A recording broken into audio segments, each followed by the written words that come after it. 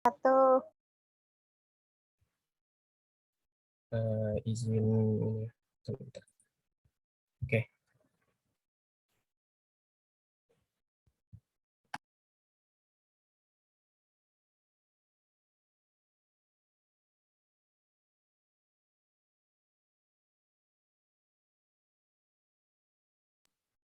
Nurul, PPT-nya bisa langsung di share screen aja. Nah, ya.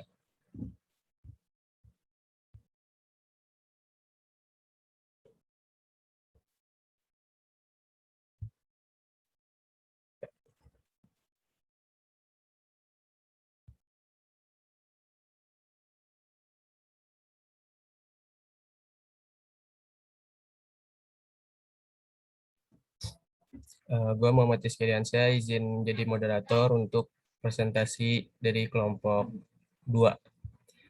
Materi kelompok 2 yaitu sholat dengan sholat dengan subbab. Bisa di next.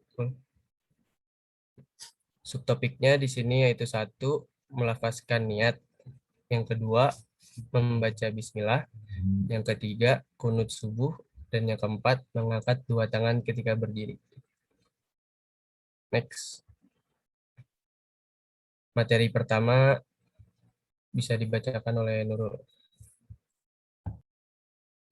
Yang pertama ada melafazkan niat. Amal seorang akan mendapatkan balasan sesuai dengan niatnya. Niat adalah tujuan dalam hati saat melakukan suatu hal atau perbuatan.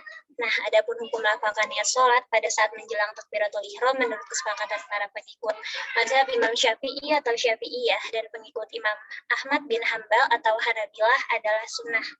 Karena melafalkan niat sebelum takbir dapat membantu untuk mengingatkan hati sehingga membuat seorang lebih khusyuk dalam melaksanakan sholatnya. Contoh, jika seorang salah dalam melafalkan niat sehingga tidak sesuai dengan niatnya, seperti ia melafalkan niat sholat asar, tetapi niatnya sholat zuhur, maka yang dianggap adalah niatnya, bukan lafalnya. Sebab apa yang diucapkan oleh mulut itu bukanlah niat, ia hanya membantu mengingatkan hati. Salah ucap tidak mempengaruhi niat dalam hati sepanjang niatnya itu masih benar.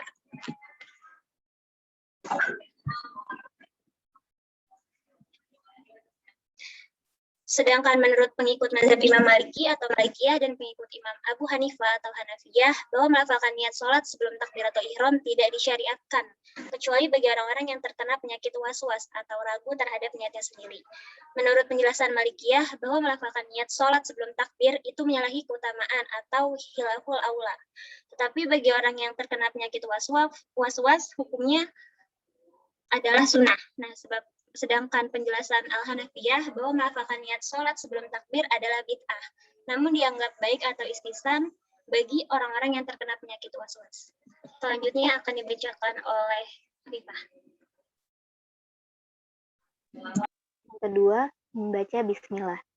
Ulama sepakat bahwa basmalah di dalam surat An-Naml adalah ayat Al-Quran.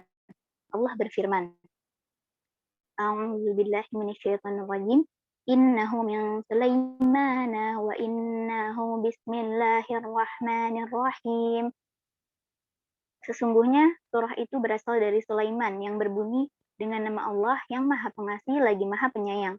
Quran surah An-Naml surah ke-27 ayat 30. Namun, para ulama berbeda pendapat dalam posisi basmalah di awal surah. Setidaknya ada 3 pendapat dalam hal ini. Pertama, Imam Abu Hanifah dan Imam Malik mengungkapkan bahwa basmalah bukan termasuk ayat dari surah Al-Fatihah dan surah-surah lainnya dalam Al-Quran. Para qori atau orang yang ahli dalam ilmu qiraat Al-Quran Madinah dan Basrah di masa lalu juga berpendapat demikian.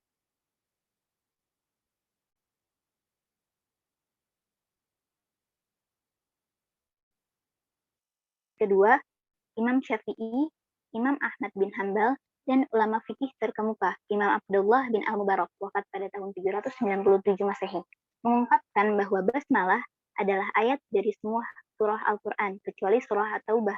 Beberapa sahabat Rasulullah Shallallahu Alaihi Wasallam juga berpendapat demikian. Di antaranya adalah Sayyidina Ali bin Abi Thalib, Abu Hurairah, Abdullah bin Abbas, dan Abdullah bin Umar. Pendapat ini adalah yang digunakan para qori Mekah dan Kufah di masa lampau.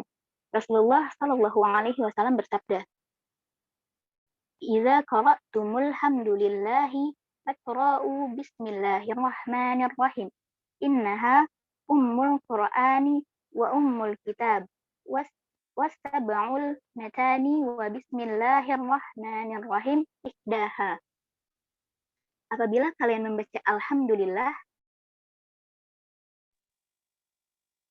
maka bacalah bismillahirrahmanirrahim. Sesungguhnya Al-Fatihah adalah induknya Al-Quran, induknya Alkitab, dan asbab al-masani, tujuan yang berulang-ulang. Dan bismillahirrahmanirrahim adalah salah satunya. Hadis riwayat Ad-Daraqutni nomor 1190 dan Al-Baihaqi nomor 2390. Sahih menurut Ibnu Hajar Al-Asqalani.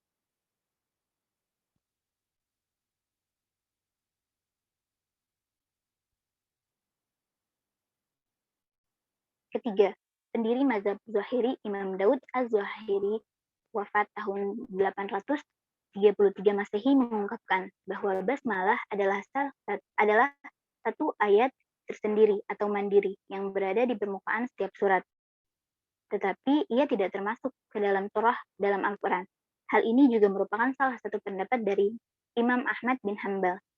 Meskipun demikian, para ulama sepakat bahwa surah Al-Fatihah terdiri dari 7 ayat. Menurut ulama yang berpendapat basmalah termasuk bagian ayat dari surah Al-Fatihah, maka basmalah merupakan ayat pertama. Sedangkan menurut ulama yang menganggap basmalah bukan bagian dari surah Al-Fatihah, maka penomoran ayatnya adalah sebagai berikut. Alhamdulillahirrabbilalamin ayat 1, Ar-Rahmanir-Rahim ayat 2, Malik Yaumiddin ayat 3, Iyyaka na'budu wa iyyaka nasta'in ayat 4, Ihdinas siratal mustaqim ayat 5, Siratal ladzina an'amta 'alaihim ayat 6, Ghairil maghdubi 'alaihim waladdallin ayat 7. Para ulama berbeda pendapat tentang hukum membaca basmalah di dalam surah Al-Fatihah ketika sholat. Mazhab Syafi'i dan satu riwayat dari mazhab Hambali berpendapat bahwa wajib hukumnya membaca basmalah di awal surah Al-Fatihah, karena ia adalah bagian ayat dari surah Al-Fatihah. Jika tidak membaca basmalah, maka sholatnya batal, karena membaca seluruh ayat surah Al-Fatihah adalah termasuk rukun sholat.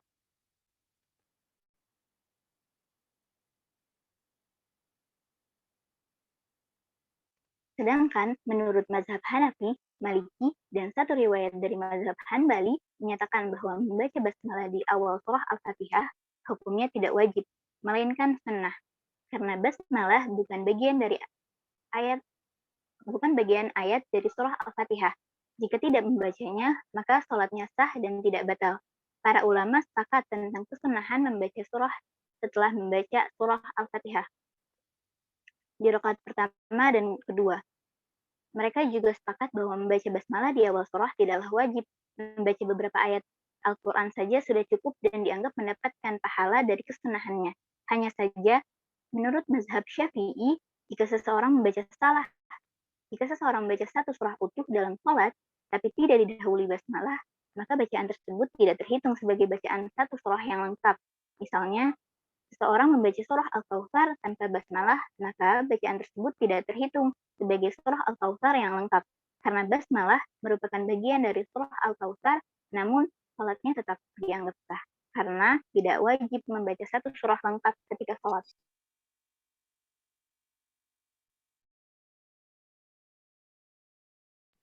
Selanjutnya, membaca kunut subuh. Mazhab Maliki menyebutkan membaca doa kunut saat sholat subuh ketika i'tidal hukumnya sunnah. Hal tersebut disimpulkan berdasarkan hadis Nabi SAW riwayat Abu Hurairah. Dari Abu Hurairah radhiyallahu anhu berkata, Rasulullah SAW apabila beliau mengangkat kepala dari ruku sholat subuh pada rakaat kedua, beliau SAW mengangkat kedua tangannya lalu berdoa, Allahumma dini fiman hadait, dan seterusnya. Hadis riwayat Al-Hakim dan telah disahihkannya. Sementara itu, menurut mazhab Hanafi dan Hanbali, membaca doa kunut saat sholat subuh sama sekali tidak ada syariatnya. Menurut kedua ulama tersebut, sholat subuh tetap sah meski tidak membaca doa kunut.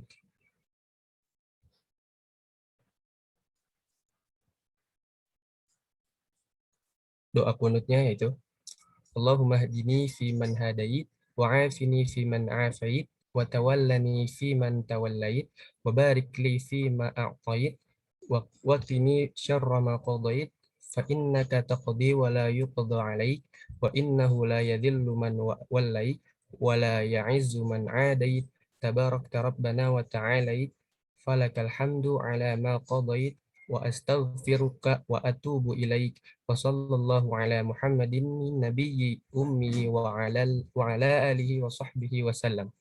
Mazhab Syafi'i sedikit berbeda dengan ulama yang lain. Menurutnya, doa kunut termasuk dalam sunnah ab'ad, yakni suatu hukum sunnah yang tidak membatalkan sholat, tetapi dianjurkan menggantinya sujud sahwi.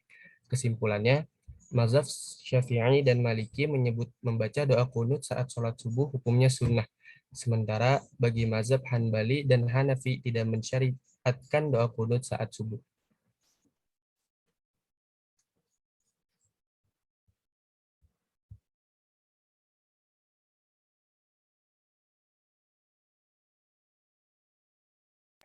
Selanjutnya ada mengangkat kedua tangan ketika berdiri.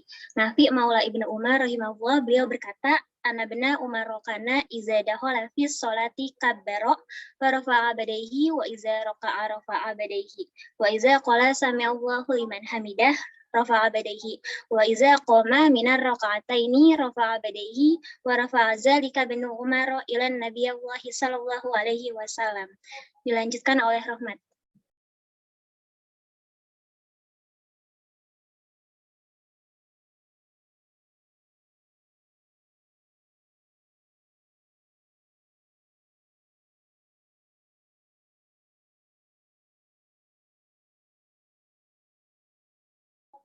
Artinya, sungguhnya Ibnu Umar radhiyallahu anhuma biasanya jika hendak mulai sholatnya, beliau bertakbir dan mengangkat kedua tangannya. Jika hendak ruku, juga mengangkat kedua tangannya. Jika beliau mengucapkan Sami Allahu liman hamidah, juga mengangkat kedua tangannya. Jika berdiri dari rakaat kedua, juga mengangkat kedua tangannya. Ibnu Umar radhiyallahu anhu memarfuatkannya kepada Nabi Shallallahu alaihi wasallam. Hadis riwayat Al-Bukhari nomor 734 dan Muslim nomor 340.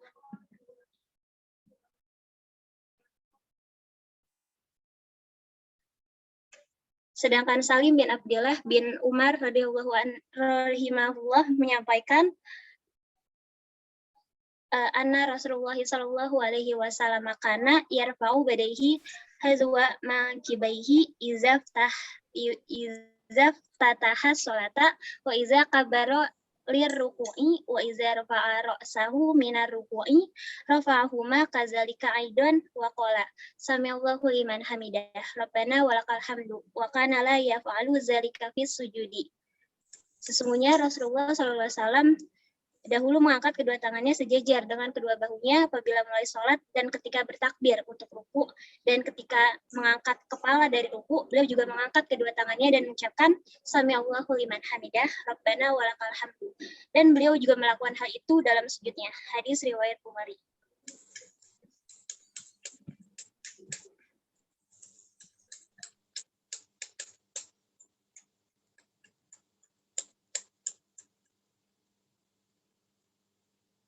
Sedangkan Syekh Abu Malik Kamal bin Sayyid Salim mengatakan, inilah 4 tempat di mana sangat disunahkan mengangkat kedua tangan. Namun disunahkan juga kadang-kadang mengangkat kedua tangan pada setiap hendak bangkit dan akan turun.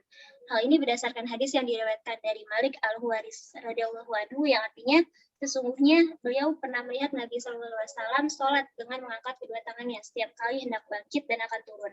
Ketika bangkit dari ruku, ketika hendak sujud dan bangkit dari sujud. Beliau SAW mengangkat kedua tangannya hingga sejajar kedua telinganya. Hadis riwayat Nasai nomor 602 dan Ahmad nomor 493.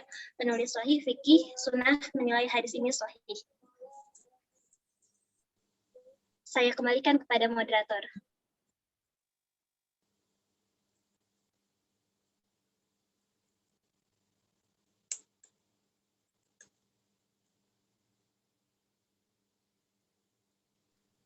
Oke, terima kasih untuk presentasinya. Ini mau langsung ke GCR apa gimana? Langsung diskusi di GCR aja ya. Oke. Nanti Ya, jangan pada langsung nanya dulu ya. Jam 13.40 kali ya? Iya. 13.40 ya nanya yang udah ngelis.